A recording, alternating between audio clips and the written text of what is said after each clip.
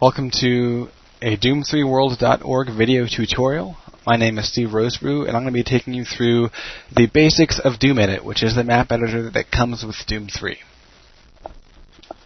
Now, before we get started, I want to go over an easy way to open up the editor.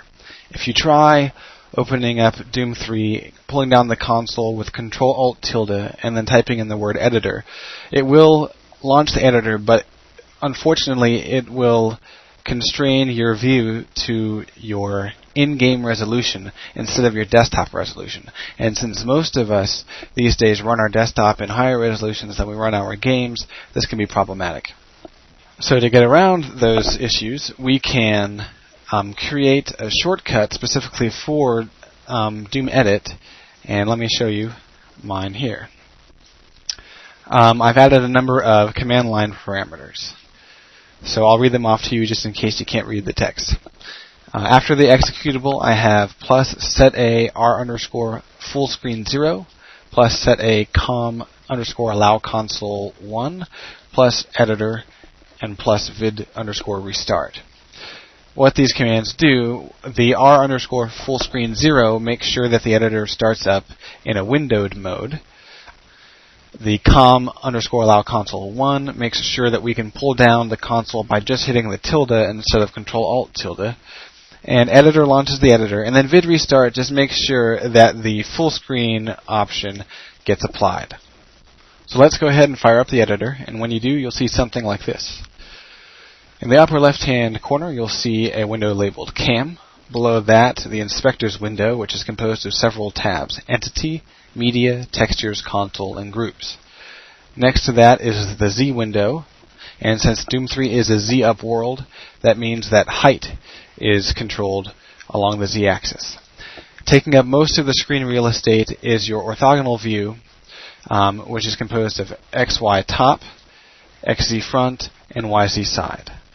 You can cycle through the orthogonal views by pressing Control-Tab. Now, the next thing I want to talk about is this little guy right here. This is this blue diamond and less than shaped icon represents the camera. And whatever the camera is pointing at, that's what you will see here in your cam view, your 3D preview. So let me just create an object for us to look at. Don't worry about what I'm doing or how I'm doing it. I just want to give you something to look at so that when I press the camera movement keys, you'll be able to tell what motion takes the camera where. Okay, to move the camera forward, you use the up arrow key. To move the camera back, you press the down arrow key. To rotate the camera left, you press the left arrow key, and to rotate the camera right, you press the right arrow key.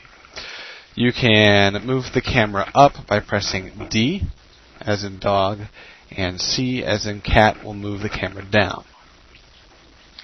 You can also change the pitch of the camera with the keyboard by pressing A, and to change the pitch up, and Z to move the pitch down. Okay, in addition to using the keyboard to move the camera around, you can also use the mouse. Now, one very quick way to point the camera at another object, well, let me create another object here so we have something else to look at. Let's say right now the camera is basically pointed at this object here. If I want to point it at the object I just created, I can move the mouse in the orthogonal view and then just middle click in the direction that I want the camera to point, and it will instantly look in that direction. So if I want to sort of look in between the two, I can middle click, and now I'm looking in between these two objects here. If I want to quickly move the camera around, I can hold down Control and then hold down the middle mouse button and drag. And as you can see, I'm dragging the camera around. And also, if you middle click while holding Control, the camera will snap to wherever the mouse button is, or the mouse cursor is. So if I middle click, the camera will automatically jump to straight where my mouse is. Okay, the next thing to cover is how to navigate the orthogonal view. To pan around the view, you can hold the right mouse button and drag. As you can see, I'm just altering the view. I'm not making any changes to the geometry. It just allows me to change the area that I'm examining in the orthogonal view. Now, another property of your orthogonal view is that you have a grid. A grid size is very important because a number of tools depend on the particular grid size setting. It will change how they function. So, for example, I'm going to use the hollow tool, and I won't really explain how to use the hollow tool or how to use it well, but I will use it very quickly just to show you how tools can be dependent on grid size. So, for example, when I click hollow, you'll see that I now have a hollow object, and I can move the camera inside, and I can select the interior of walls, and the ceiling, and the floor. So it is indeed hollow.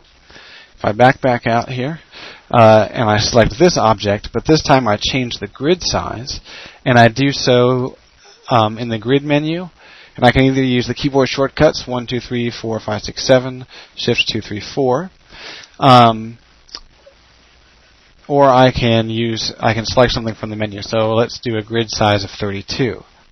And now if I use the hollow tool on this object, you will see that the walls are much thicker because the hollow operation conforms to whatever your grid size is.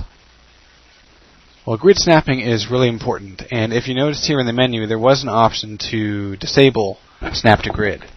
And that's usually a really bad idea, especially when you can get all the way down to a grid size of 0.125. And let me show you what that looks like. I would have to zoom in quite a bit in order to see the grid divisions. There we go. Yeah, I'm zoomed in very far here. In other words, you can zoom in to such a great degree that there really is never a need to turn off grid snapping. So let's say at some point you are working with an object, but as it happens, it manages to get misaligned with the grid. So, like, let's say, for example, we did something like this. We were really working with a grid of, I think that's 32, and we want this particular object to snap back onto the grid. Like, if we try and move it, you'll notice that the particular object will move one grid unit. In other words, it won't snap to the grid while we're moving it. Well, if we want to snap it to the grid, we can do so by pressing Control G, and the object will snap to the nearest grid line.